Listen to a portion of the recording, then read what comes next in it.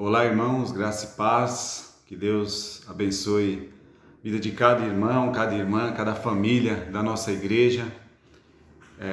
Estou aqui para mais uma aula, né?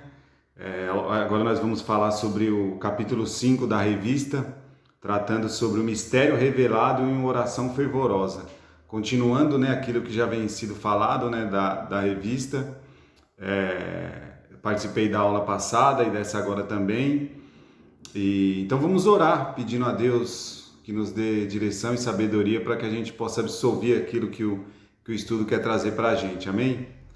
Soberano Deus, eterno Pai, obrigado, Senhor, por termos a oportunidade de estudar a Tua Palavra, Senhor, de buscar crescer em graça e conhecimento, ó Deus. Abençoa, Pai, a vida de cada irmão, cada irmã que estará assistindo essa aula, Senhor. Que nós possamos buscar, Senhor, não ser simplesmente ouvintes, mas praticantes da palavra, Senhor. Obrigado por essa ferramenta, Senhor, nesse momento que nós estamos passando, que tem sido tão útil, Senhor, essas gravações e tudo mais, ó Deus. Nos abençoa, nos conduz, ó Deus, para que nós possamos crescer, Senhor, e ser instrumento do Senhor nessa terra, em nome de Jesus. Amém. Então, irmãos, capítulo 5, o mistério revelado e uma oração fervorosa. Aqui o autor, ele como é de praxe que ele sempre faz, ele vai trazer aqui 3 perspectivas dessa lição para a nossa vida, que é conhecer o ministério confiado a Paulo e também a todos os crentes e compreender o conteúdo da oração de Paulo. Sentir-se co-herdeiro da bênção, coparticipante da promessa e membro do corpo de Cristo. Agir. Cumprir o ministério que lhe foi confiado, pregando o evangelho, compartilhando as bênçãos e tornando conhecido a sabedoria de Deus. Então são essas 3 perspectivas que ele trata nesses estudos dessa revista, né, o autor. E ele começa dizendo a maneira que o Paulo inicia o capítulo 3, né? Eu, Paulo, sou prisioneiro de Cristo Jesus por amor de vós.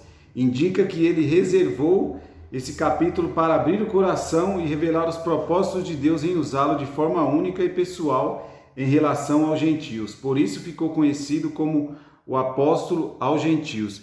Então vamos ler o texto, Efésios 3, né, do 1 ao 21, que é o que nós vamos tratar aqui.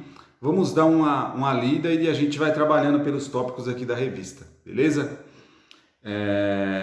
Espero que estejam todos aí, abram suas Bíblias, né, para a gente poder acompanhar da melhor maneira possível. Por essa razão oro, eu, Paulo, prisioneiro de Cristo Jesus, em favor de vocês, gentios.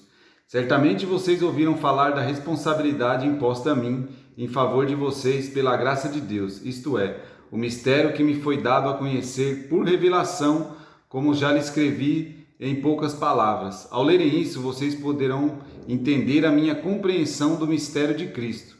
Esse mistério não foi dado a conhecer aos homens de outras gerações, mas agora foi revelado pelo Espírito aos santos apóstolos e profetas de Deus, significando que, mediante o Evangelho, os gentios são co-herdeiros com Israel, membros do mesmo corpo e coparticipantes da promessa em Cristo Jesus.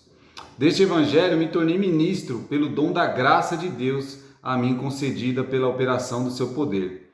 Embora eu seja o menor dos menores de todos os santos, me foi concedida esta graça de anunciar aos gentios as insondáveis riquezas de Cristo e esclarecer a todos a administração desse mistério, que durante as épocas passadas foi mantido oculto em Deus, que criou todas as coisas. A intenção dessa graça era que agora, mediante a Igreja, a multiforme sabedoria de Deus se tornasse conhecida dos poderes e autoridades nas regiões celestiais, de acordo com que o seu eterno plano que ele realizou em Cristo Jesus, nosso Senhor, por intermédio de quem temos livre acesso a Deus, em confiança pela fé nele. Portanto, peço-lhes que não desanimem por causa das minhas tribulações em seu favor, pois elas são uma glória para vocês. Por essa razão, ajoelho-me diante do Pai, do qual recebe o nome toda a família nos céus e na terra. Oro para que, com as suas gloriosas riquezas, ele os fortaleça no íntimo do seu ser, com poder por meio de seu Espírito, para que Cristo habite no coração de vocês mediante a fé, e oro para que, estando arraigados e alicerçados em amor, vocês possam juntamente com todos os santos compreender a largura, o comprimento, a altura e a profundidade, e conhecer o amor de Cristo, que excede todo entendimento, para que vocês sejam cheios de toda a plenitude de Deus, aquele que é capaz de fazer infinitamente mais do que tudo o que pedimos ou pensamos, de acordo com o seu poder que atua em nós. A Ele seja a glória na Igreja e em Cristo Jesus por todas as gerações, para todos sempre. Amém. Então, irmãos, texto que nós acabamos de ler, maravilhoso, né? Vai ser tratado todo esse texto aqui nos tópicos que o autor da revista trabalha. E algo que ele deixa, que ele comenta aqui, que eu acho bastante interessante, né? Que ele fala que Paulo tinha uma visão tão acurada da soberania de Deus que nunca via as prisões como incidentes, empecilhos ou percalços, mas como parte integrante dos desígnios de Deus para com seu povo.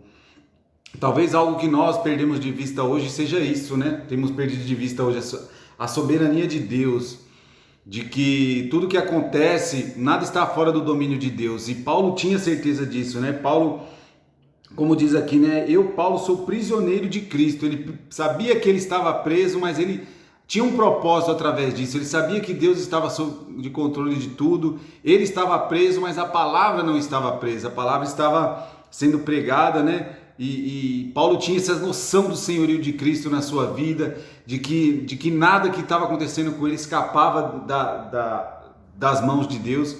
E voltando, talvez seja algo que nós precisamos trazer para a nossa vida, porque nós perdemos muito de vista a questão de que o nosso Deus, ele tem controle sobre toda a história, sobre toda a humanidade. A soberania dele abrange todas as áreas. Então nada que acontece na minha vida ou na vida de qualquer um dos irmãos é algo que escapa daquilo dos domínios de Deus, dos propósitos de Deus na nossa vida. Nós não entendemos por quê. Nós podemos achar, poxa Deus, por que está acontecendo isso comigo? Prego a tua palavra, estou na tua casa fazendo a obra, e por que está acontecendo? Mas Deus está trabalhando através disso. E é um mistério que nós não sabemos, nós não entendemos, mas quando nós cremos na soberania de Deus e nós cremos no domínio pleno que Ele tem sobre todas as coisas, sobre tudo e todos, a gente passa a ver de uma perspectiva diferente, assim como Paulo tinha essa certeza, né?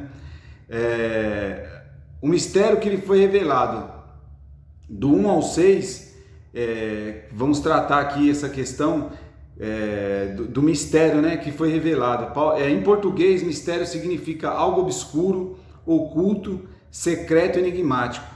Porém aqui, né, nessa palavra no grego, é uma verdade que esteve oculta em conhecimento ou entendimento humano, mas que atualmente está desvendada pela revelação de Deus.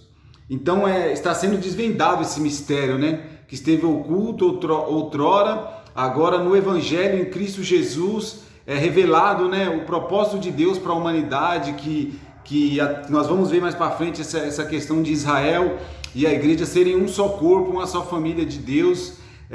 Aí existem alguns embates teológicos que vão fazer essa separação entre Israel e a igreja, e eu particularmente eu não creio nisso. O texto nos deixa claro que Israel e a igreja são um só povo, todos que estão em Cristo Jesus são um só povo. Mas enfim, vamos continuar.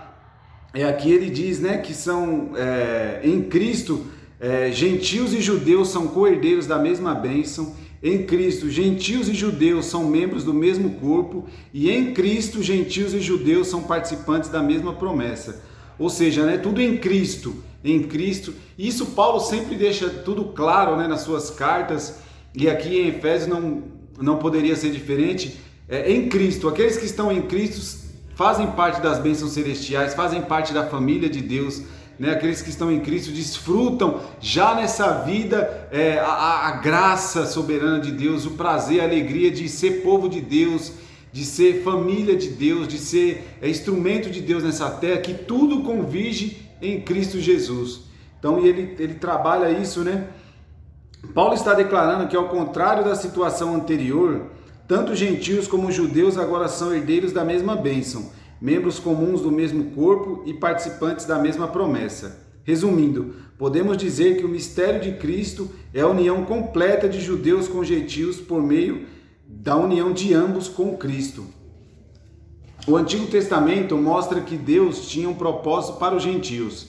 Deus havia prometido a Abraão que todas as famílias da terra seriam abençoadas por intermédio da posteridade dele, que o Messias receberia as nações como sua herança, que Israel seria dado como luz às nações. Ou seja, através de Abraão, através do povo de Israel, Deus começa a trabalhar, Deus começa a agir para um povo só. Começa com Abraão, começa ali com Deus prometendo a Abraão que através um herdeiro dele, ele daria todas as nações, todas as famílias da terra seriam abençoadas através da semente de Abraão, que se conclui em Cristo. Israel tinha o propósito de ser luz, de levar o conhecimento do verdadeiro Deus às nações, aos povos à sua volta, levando o verdadeiro conhecimento de Deus, para que as pessoas saíssem da idolatria, saíssem dos falsos ensinos e fossem conduzidos.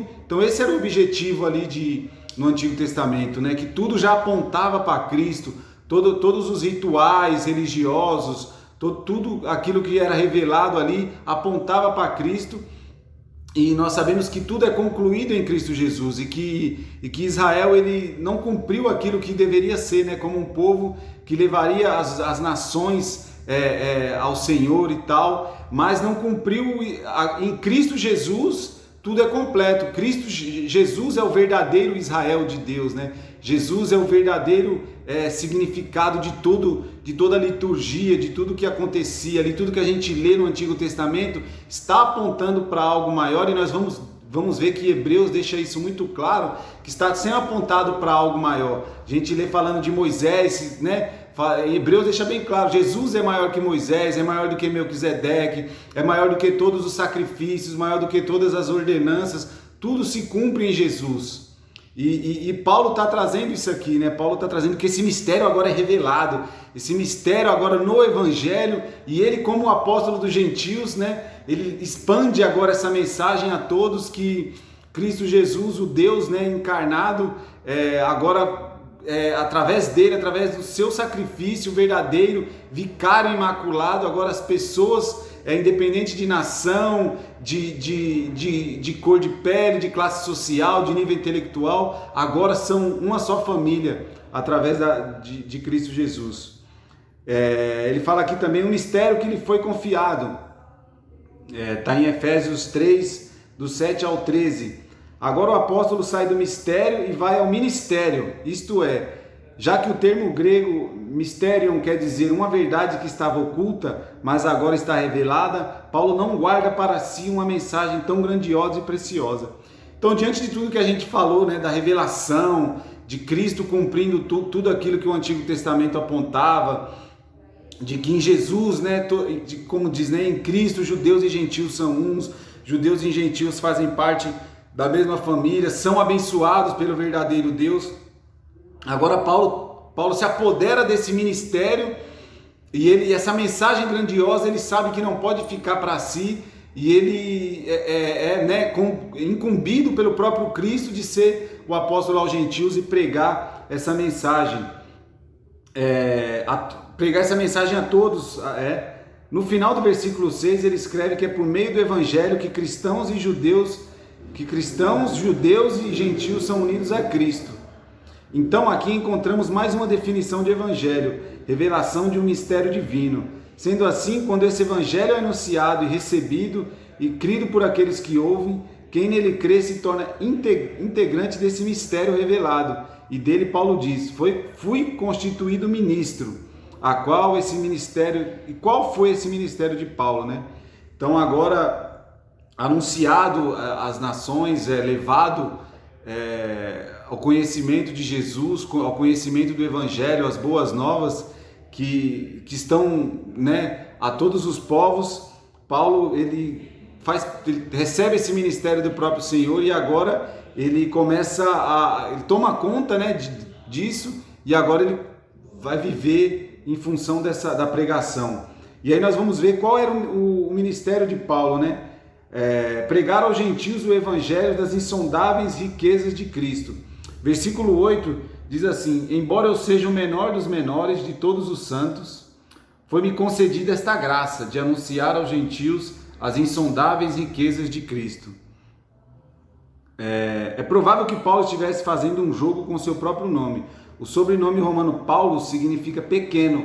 A tradição diz que ele era um homem de pequena estatura. Eu sou pequeno, talvez esteja dizendo, pequeno pelo nome, pequeno pela estatura moral e espiritualmente menor do que o mínimo de todos os cristãos. Esse comentário é do John Stott. Ao afirmar isso, não cremos que ele esteja sendo hipócrita ou usando de uma falsa humildade. O que acontece é que quando o apóstolo olha o seu passado, que ele mesmo confessa em 1 Timóteo 1,13, no outro tempo era blasfemo, perseguidor e insolente contra Jesus Cristo. Ele de fato tem que se considerar muito pequeno para anunciar tão grande salvação, né? Então agora Paulo agora faz parte, né, da família de Deus. Ele que outrora era perseguidor, ele que outrora era blasfemo, insolente, ofendia, atacava a igreja do Senhor. Agora ele é usado por Cristo para ser aquele que vai sofrer em prol do Evangelho e que vai pregar o Evangelho aos gentios. Essa missão que Paulo viveu tão profundamente, que Paulo se entregou tão profundamente e que cabe a nós também, cristãos, alcançados, né, hoje no século 21, no Brasil, alcançados pelo Evangelho. Nós fomos alcançados para sermos discípulos de Cristo, para termos uma vida que aponte para Jesus, para as outras pessoas, mas também de falar, de pregar o Evangelho, né? Nós sabemos que essa igreja está aqui nesse lugar com um propósito de formar homens e mulheres tementes a Deus, seguidores de Jesus, que preguem a palavra, que vivam a palavra, que sejam instrumento de Deus para a comunidade em volta, aquelas pessoas que não conhecem a Jesus, ou até que já até ouviram falar, mas não conhecem profundamente a grandiosidade da graça de Cristo. Então essa mesma missão que Paulo viveu tão profundamente, ele tinha convicção disso, também é passada a cada um de nós que conhecemos a Jesus, que temos a palavra, que buscamos, né, viver como homens e mulheres de Deus aqui na terra. Os tradutores e comentaristas se esforçam para achar um termo equivalente a insondáveis. As riquezas de Cristo, eles dizem, são inescrutáveis, inexploráveis, incompreensíveis, inexauríveis, ilimitáveis, imprescrutáveis e incalculáveis. O que está certo sobre as riquezas que Cristo tem e dá é que nunca chegaremos ao fim delas. Ou seja, irmãos, a grandiosidade aqui que John Stott está dizendo disso, né? Desse versículo que ele comenta, ele está dizendo que nem a eternidade consegue nos fazer viver plenamente, né? Tudo. A eternidade ainda é pouco, porque nós vamos usufruir de uma bênção tão grande e é pela eternidade, ela não se esgota, né? Deus é uma fonte inesgotável de graça, de amor, de riqueza, e é isso que nós já desfrutamos aqui na terra, não ainda na sua plenitude, não ainda na questão como nós iremos desfrutar no novo céu, na nova terra, quando tudo estiver concretizado por fim, né? Mas também Paulo foi concluído de manifestar o mistério a todos os homens. 3,9 diz, né? E esclarecedor a todos a administração desse mistério, que durante as épocas passadas foi mantido oculto em Deus, que criou todas as coisas. Manifestar é a tradução fotizo, que literalmente é iluminar, tornar algo claro a todos, esclarecer. O próprio Jesus tinha dito a Paulo que o estava enviando aos gentios, diz lá em Atos 26, 18, né, para lhes abrir os olhos e converter-lhes das trevas para a luz e da potestade de Satanás para Deus. Ou seja, né, agora está sendo revelado, né, abrir os olhos. Quantas pessoas à nossa volta precisam ter os olhos abertos à verdade do Evangelho, e nós temos essa verdade revelada, nós temos a palavra, nós temos o Espírito Santo que nos capacita. Então, esse mistério, né, ser manifestado que Paulo está dizendo aqui, também compete a nós, também cabe a nós tirar, né, ser usado por Deus. Nós sabemos que é o Espírito Santo que convence do pecado, da justiça e do juízo, mas nós somos esse instrumento de Deus para que seja revelado, as vendas sejam tiradas dos olhos das pessoas, as pessoas sejam libertas do domínio das trevas, do domínio de Satanás, do pecado. Então nós temos essa mensagem grandiosa e é momento de nós nos despertarmos para isso. Isso que Paulo está dizendo aqui, se manifestar, tornar algo claro, tornar para que as pessoas venham ter o conhecimento, a grandiosidade que é manifestada através da pregação do Evangelho e que as pessoas venham conhecer cada vez mais essa maravilha que é o Evangelho do nosso Senhor. Tornar conhecida a multiforme sabedoria de Deus. Está lá em Efésios no 3, 10, 11. A intenção dessa graça era que agora, mediante a igreja, a multiforme sabedoria de Deus se torne conhecida dos poderes e autoridades nas regiões celestiais, de acordo com o seu eterno plano que ele realizou em Cristo Jesus, nosso Senhor. Multiforme no grego é multicolorido. Era usado para descrever flores, coroas, tecidos e bordados e tapetes trançados. A igreja, como uma comunidade multirracial e multicultural, é como uma bela tapeçaria. Seus membros vêm de uma vasta gama de situações singulares, formando uma só peça. Com esta palavra, o apóstolo Paulo quer dizer que a sabedoria de Deus tem muitas formas. Ou seja, somente a igreja, tem isso. Essa multiforma, como ele diz aqui, multirracial e multicultural. Aqui cada um da igreja ao redor do mundo, cada igreja tem pessoas de trajetória diferente, pessoas de raça diferente, de nacionalidade diferente, de condição financeira, intelectual, de condição artística diferente. Cada um na igreja, um faz uma coisa, outro outra, tem um tipo de sabedoria para lidar com algo, mas tudo isso se une em Cristo Jesus, debaixo do senhorio de Cristo. Despeja a sabedoria de Deus através de tudo isso. Irmãos, isso é maravilhoso. Somente a igreja, somente o Evangelho, somente Cristo Jesus tem o poder de unir pessoas daqui, de lá, que tem uma história, outra, mas se unem. E essa é a multissabedoria, de Deus. Tem muitas formas. Então nós vemos aqui na nossa igreja mesmo, agora aqui dando esse estudo, um dá um estudo de uma maneira, outro de outra, um prega de uma maneira, outro de outra, um toca de uma maneira, outro de outra, um vai evangelizar de uma maneira, tem uma maneira de abordar, outro outra, um vai aqui, faz algo aqui na igreja de uma maneira, outro. Nós não somos iguais, nós somos diferentes, mas iguais em Cristo Jesus, fazemos parte de uma só família e cada um usa seus talentos, seus dons, as suas qualidades, aquilo que Deus lhe dá em prol de todo, de algo maior que é a igreja, que é o Evangelho. Aqui John Stott comenta, a igreja do Senhor Jesus Cristo em todo o mundo manifesta a sabedoria de Deus de maneiras variadas. Não é então sem motivo que muitas vezes uma igreja é totalmente diferente da outra. Por quê? Ou melhor, para quê? Para que o Senhor seja glorificado de muitas formas. Por isso, tentar imitar outras receitas de sucesso de outras igrejas não deve ser o caminho adequado.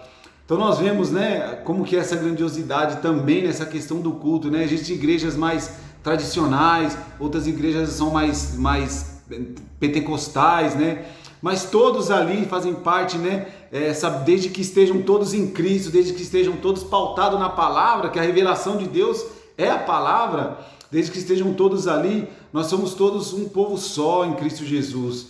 Então, às vezes, um irmão gosta de estar ali no momento de adoração mais quietinho, outro já é mais glória a Deus, aleluia. Às vezes outro irmão gosta de orar mais caladinho no canto. Nós não devemos tolir, irmãos, a liberdade ali que cada irmão tem de adorar o Senhor da sua maneira, do seu jeito, com as suas características, com o seu jeito de ser, E a Bíblia diz, tudo que tem fôlego louve ao Senhor, Então nós somos diferentes, mas iguais em Cristo, todos nós. E a igreja demonstra isso claramente, Essa multiforma da igreja.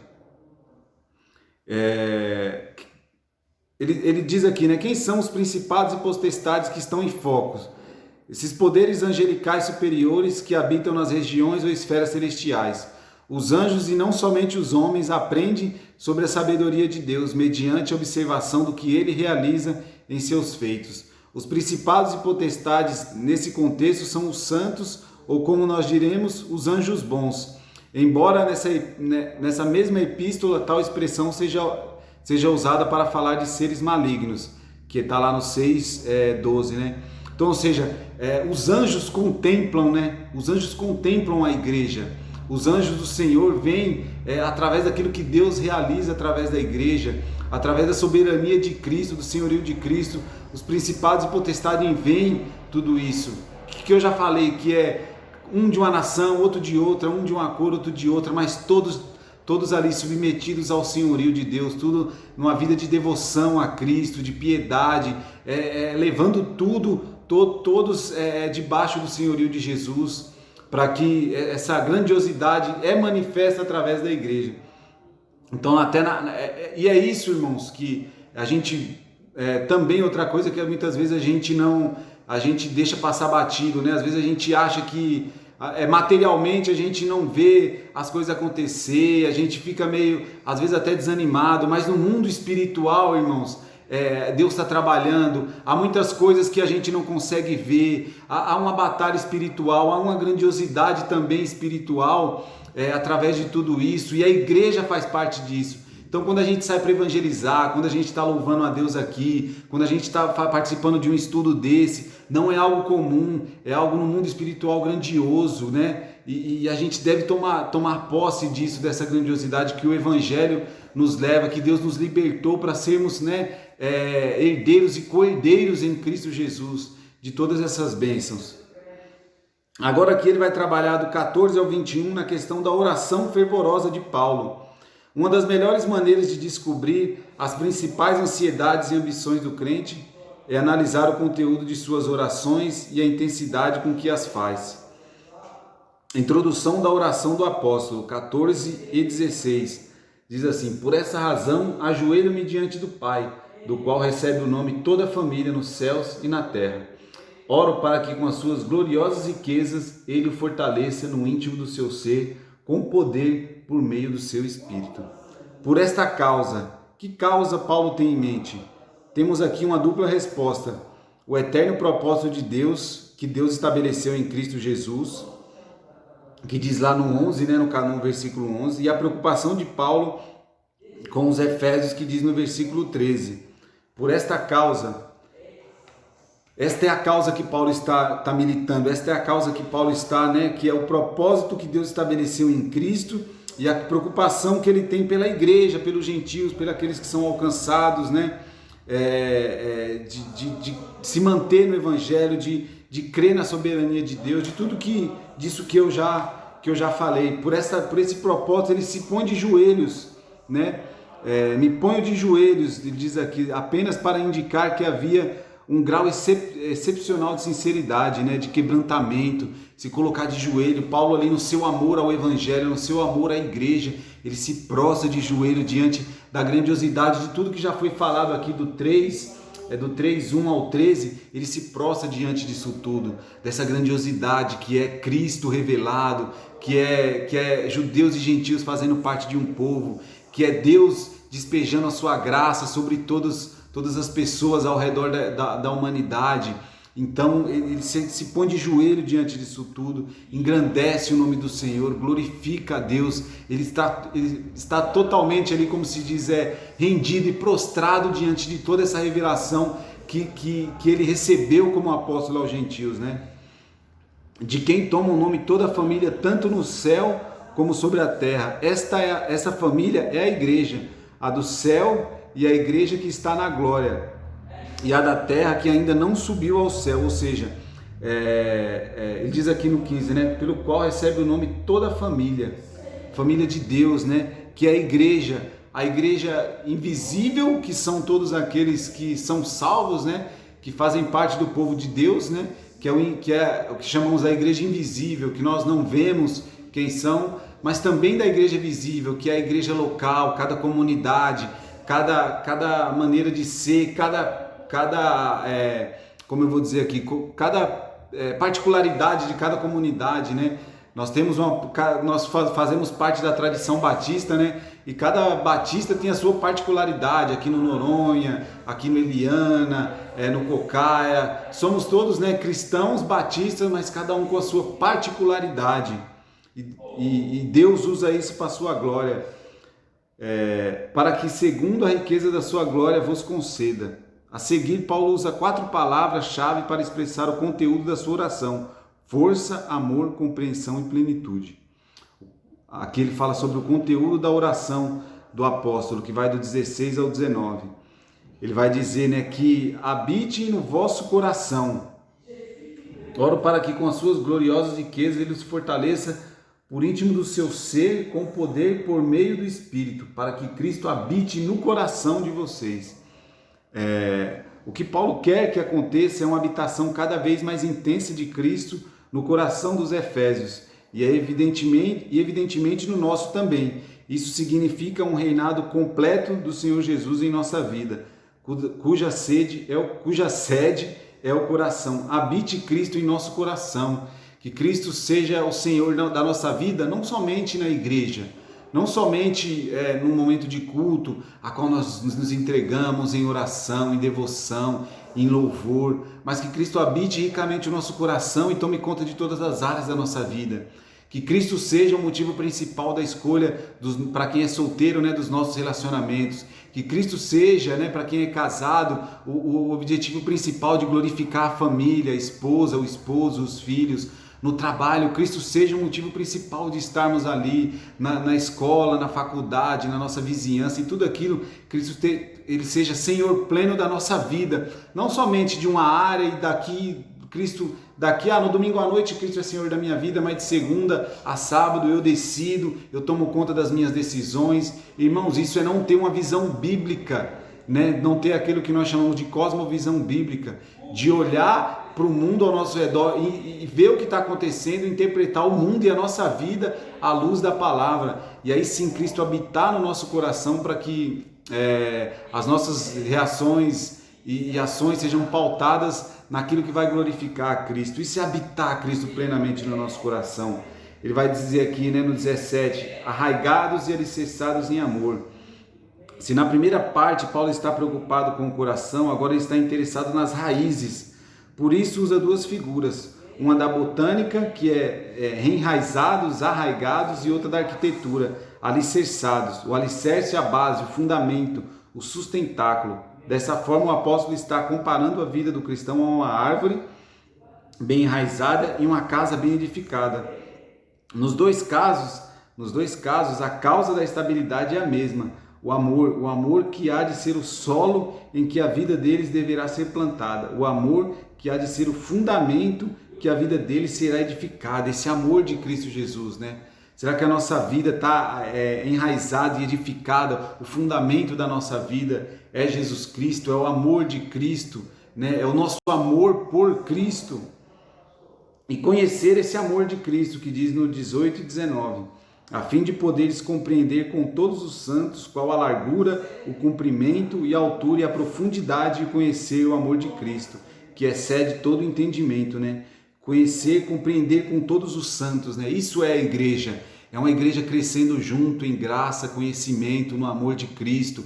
É uma igreja que sabe perdoar os erros do irmão, que sabe auxiliar o irmão no momento de angústia, que sabe chorar, sorrir com o irmão, que sabe estar ali no momento que o irmão precisa. Fazer parte de uma igreja não é simplesmente vir a um culto, irmãos, é algo muito maior, é fazer parte de uma família, é ter algo em comum, é se preocupar, é chorar, é sorrir, é caminhar de fato junto. E aqui é o que Paulo está dizendo, que todos os santos juntos compreendam, né, o comprimento, a altura, a profundidade do amor de Cristo, né?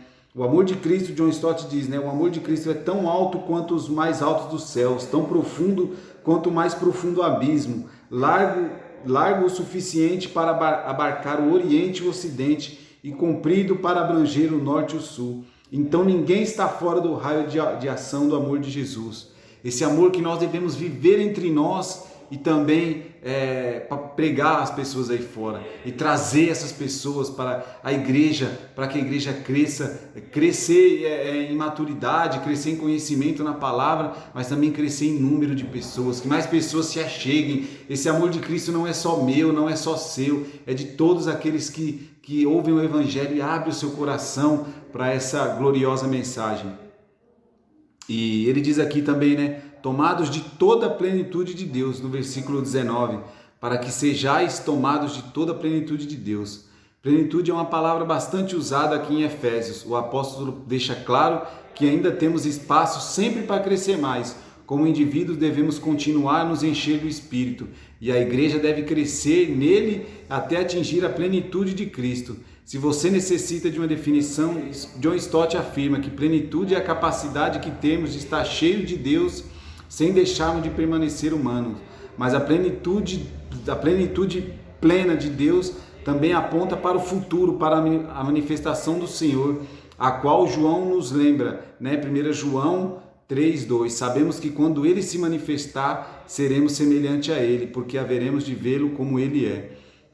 Ou seja, aqui John Stott, né, comentando aqui, ele está usando a figura de quê? Da gente crescer em graça, crescer, sermos parecidos com Cristo, nos enchermos de Deus, sempre tendo em mente que nós continuamos humanos, continuamos necessitados da graça de Deus, por mais que às vezes a gente vê algum irmão, alguém que a gente admire, poxa, aquele irmão tem uma vida de devoção, de piedade, uma vida cheia do Espírito, ainda assim ele é alguém que, se ele está nesse processo, é a graça de Deus na vida dele, e devemos lembrar que ele continua sendo um ser humano, que soberano e supremo só Deus. Devemos buscar ter uma admiração, mas não uma idolatria, não por uma pessoa, né? E a igreja, nesse processo de crescermos juntos, ser cheio do Espírito, ser cheio da presença de Deus na nossa vida individual, para que isso transborde na igreja. E quando ele se manifestar, né? Quando ele se manifestar, nós usufruímos, né?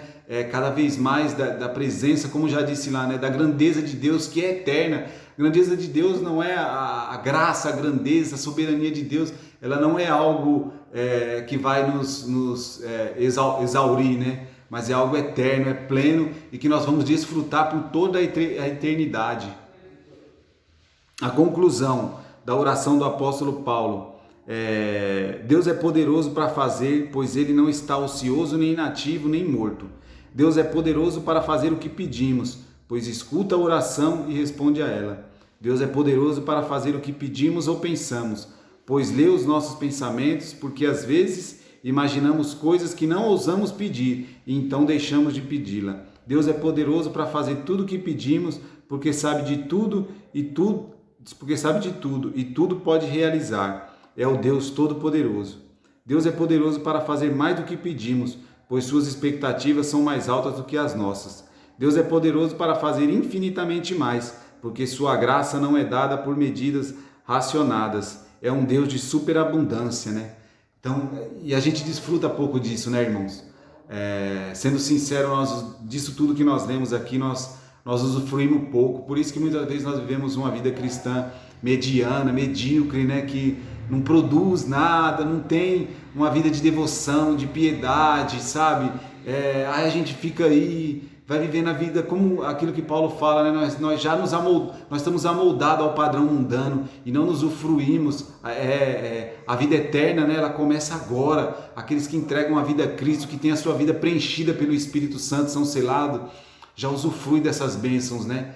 Dessas bênçãos celestiais em Cristo Jesus, já fazemos parte. A Bíblia diz que nós já fazemos parte da família, não é que vamos fazer ainda, nós já fazemos parte, nós já somos herdeiros, nós já estamos assentados com Cristo nas regiões celestiais, já usufruímos disso tudo. Então, por que nós não vivemos isso profundamente, não saímos dessa rasidão que vivemos para algo mais profundo, né? É um exercício de reflexão que a gente tem que fazer. Quanto de Deus a gente tem buscado na nossa vida, tem dedicado, tem, sabe, colocado, assim como você vê Paulo buscando, né? Por essa razão eu oro, o mistério foi revelado, agora tudo caminha para a glória eterna, né? Concluindo, irmãos, a própria conclusão da oração é mais do que suficiente para nós, pois o desejo maior do apóstolo é que a glória de Deus seja vista na igreja e em Cristo Jesus, por todas as gerações, para todos sempre. Amém. Então, concluindo, né, na igreja de Cristo Jesus, é em Cristo Jesus, né? Como eu já disse, em Cristo Jesus, tudo é em Cristo Jesus, e a igreja alicerçada e firmada em Cristo Jesus, que busca viver de acordo com a palavra.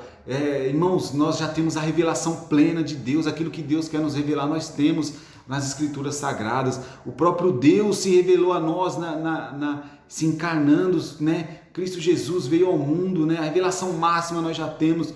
Nós não precisamos ficar buscando coisas mais, sabe? Nós já temos tudo aqui. E é na igreja que tudo se completa. É numa igreja saudável, uma igreja que cresce, uma igreja que vive missões, que busca viver para a glória de Deus. Então realmente, de fato, assim, irmãos, essa carta de Efésios é uma carta maravilhosa. Aqui é um estudo muito bom, né? Infelizmente a gente não pode estar ainda pessoalmente discutindo, comentando, que eu creio que seria bem melhor, mas enfim, que Deus nos abençoe, que a gente possa crescer junto, como ele diz aqui, né? Que os santos cresçam juntos, né? Devemos crescer juntos, de mão dadas, buscando sempre a glória do Senhor, buscando exaltar o nome do nosso Senhor cada vez mais. Que Deus abençoe a todos. Fiquem com Deus, tenham uma semana maravilhosa e cheia da presença de Deus. Amém.